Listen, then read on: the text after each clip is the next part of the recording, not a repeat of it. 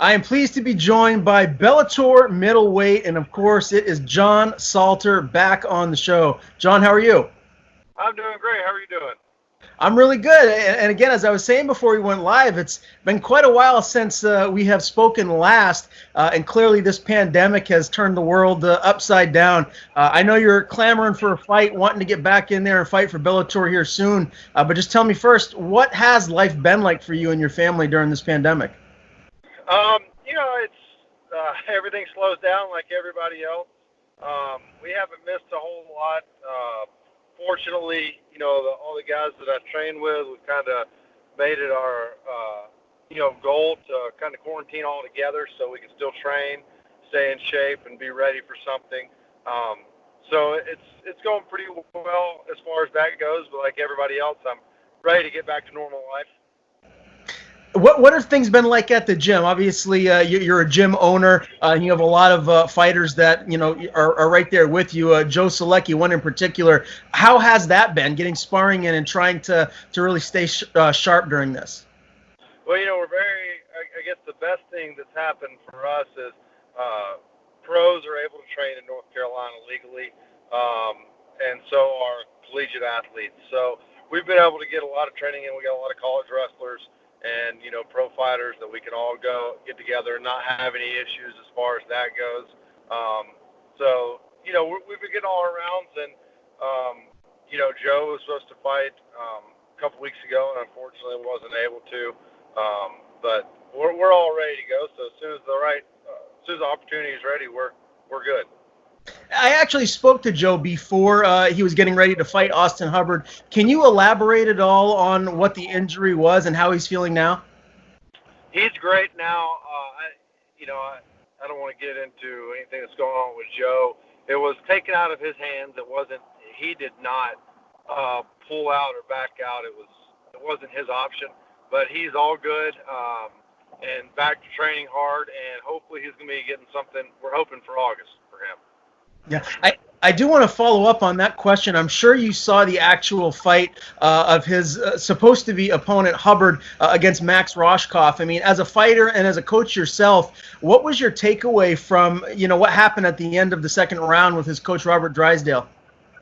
Well, so I know Max pretty well. He used to train with us. I like Max. Tough kid. But to quote one of my training partners, when he quit, my buddy said, "I didn't know that was an option." And I can't imagine that. I've had some times where I'm talking to myself, going, "How on earth are you going to get off the stool right now?" But I've never considered not going back out there. So I think as a coach, I would definitely be in my athlete's ear saying, "You get up, you go out there, and you do what you're trained to do." And I think it kind of shows where we've gone. That you look at Michael Jordan playing with food poisoning or the flu in the finals of the NBA championship, and he's a hero. And now somebody's in trouble for trying to convince their guy to get off the stool and go back out there.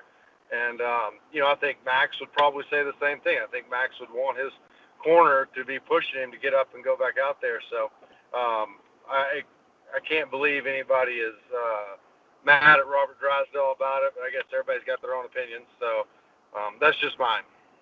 From a competitive standpoint, do you expect Max to bounce back from this, or do you think it could affect him here mentally moving forward?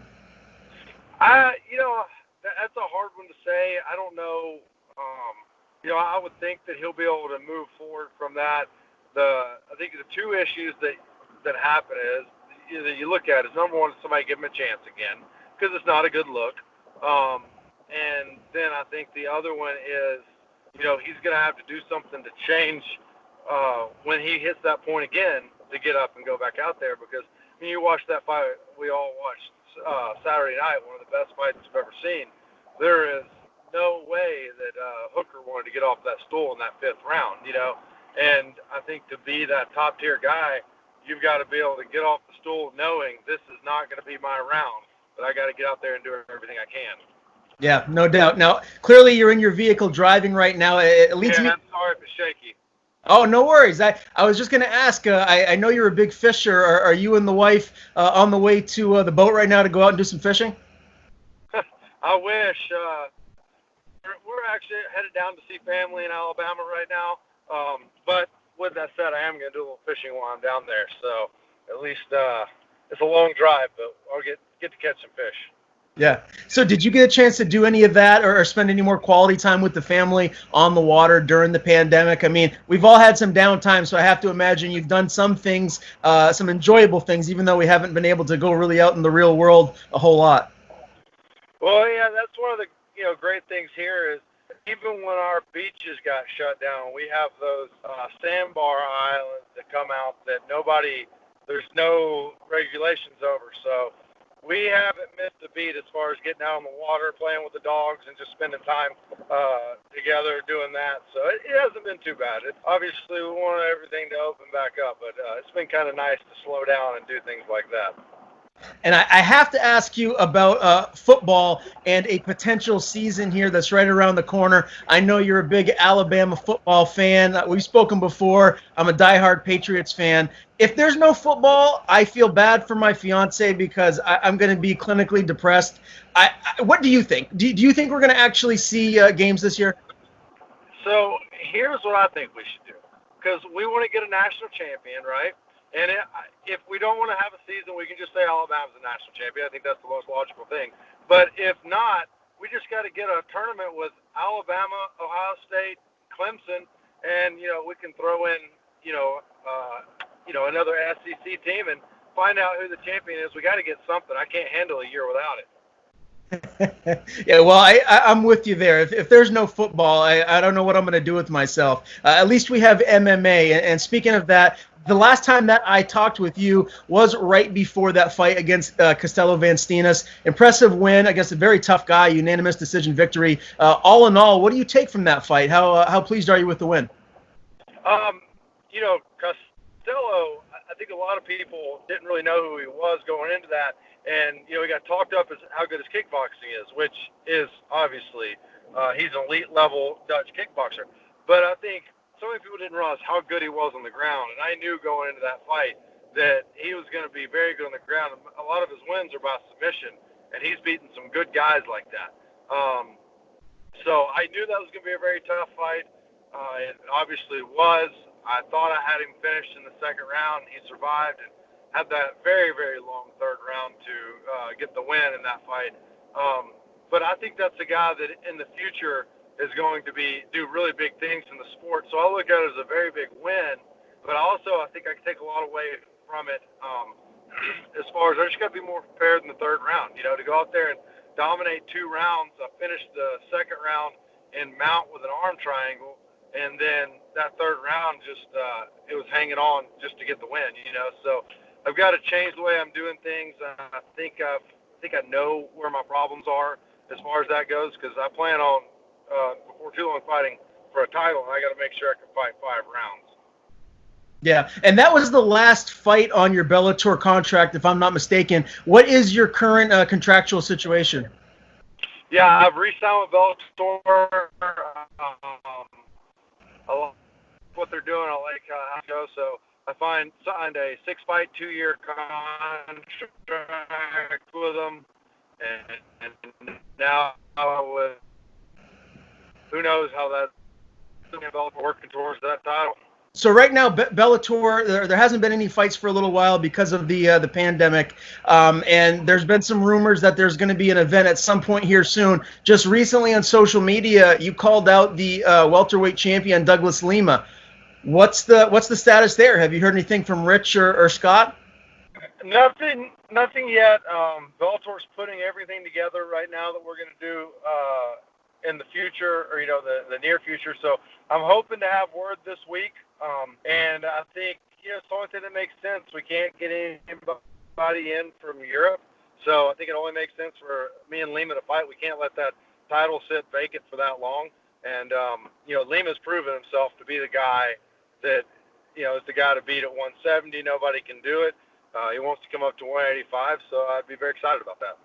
Yeah. So stylistic, as far as the fight goes that way, how do you feel like you guys match up? Clearly, you're a dominant wrestler. He's very slick on the feet. Would this be a case where you'd want to get him down on the ground and keep him there, or would you like to test your stand-up skills against him? Well, I think obviously the main game plan is just to trade leg kicks with him, because he doesn't chop anybody down from that. No, stay away from the leg kicks. Obviously, I don't want to be that guy who gets spun around and falls down to a leg kick. And then, go out there and push the pace on him. I think the thing about Lima is he's very patient and he's very calculated. So you've got to constantly be moving whether you're planning on taking him down or you're going to strike, because you can never let him settle in and zero in on what he's going to throw. You got to be angling all the time. And, I think that's important. And I've always liked Lima. My first jiu-jitsu tournament I ever did, me and Lima met in the finals. So I've known him for a long time.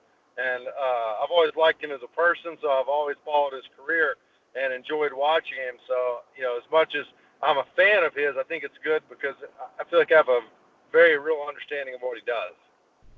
Yeah. Well, clearly he's an elite fighter just like yourself. Do you feel like you'd have a big size advantage in this fight from him coming up from welterweight to middleweight? I don't think I'm necessarily going to have a big size advantage, but I think it takes his size advantage away. He's a very big welterweight, which anybody that watches him fight can tell, but he's so much bigger and he imposes his size on everybody when they try to clinch him. And I think when he comes up to middleweight, which I'm not the biggest middleweight, I'm usually fighting people a little bigger than me, I think we're going to be the same size. I think that's going to be a big advantage to me because I'm used to fighting the bigger guy, and he is used to fighting the smaller guy. So I think that that's going to be a major advantage for me. How would this fight end? How would you get your hand raised?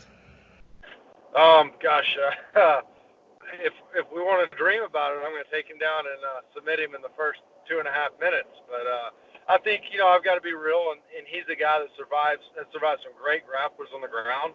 And I think, I'm always looking to finish. So, maybe third round submission once I can wear him down a little bit. Okay, well, I like where your head's at there. I think that fight would make a lot of sense, especially during the current circumstances here that Bellator is going through during this pandemic. As far as the middleweight division goes right now, John, clearly, as we talked about earlier, the champion is vacant right now. No one holds the belt. The former champion, Lovato Jr., is technically, I guess, retired in some way, shape, or form. He's at least taken a hiatus from it. Do you envision him coming back, or if you were in his shoes, would you just hang it up at a fairly young age?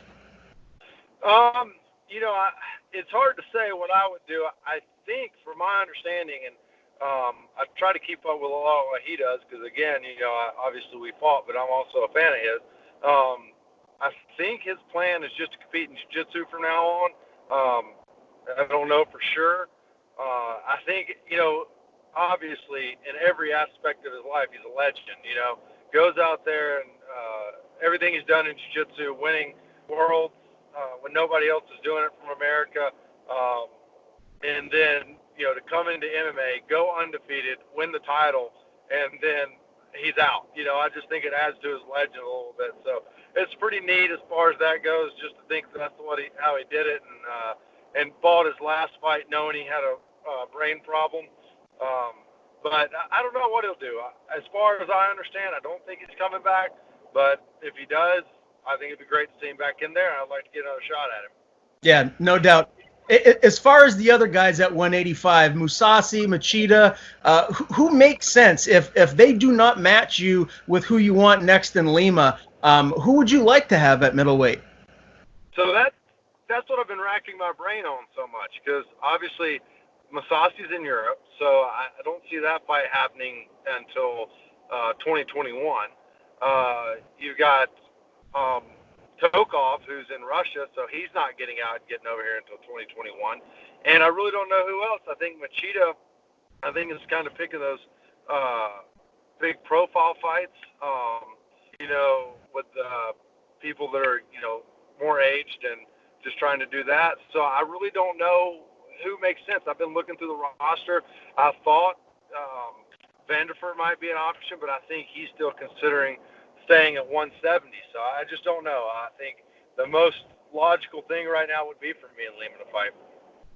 Yeah, well, I agree with that. I think that makes a lot of sense. Hopefully, Bellator sees this and really starts to think about making that fight happen. As always, John, I appreciate you taking the time to join me. Always a pleasure talking to you, my friend. Safe travels on the road. Before I let you go, if there's anyone you'd like to thank or social media you'd like to plug, the floor is yours. I appreciate it. You can find me on John Saucer MMA on Instagram. And, I'm in the car with my wife right now, so if I don't thank her for everything, she's going to hit me when we hang up. So I want to thank my wife, and then, of course, my pup for helping me through the interviews.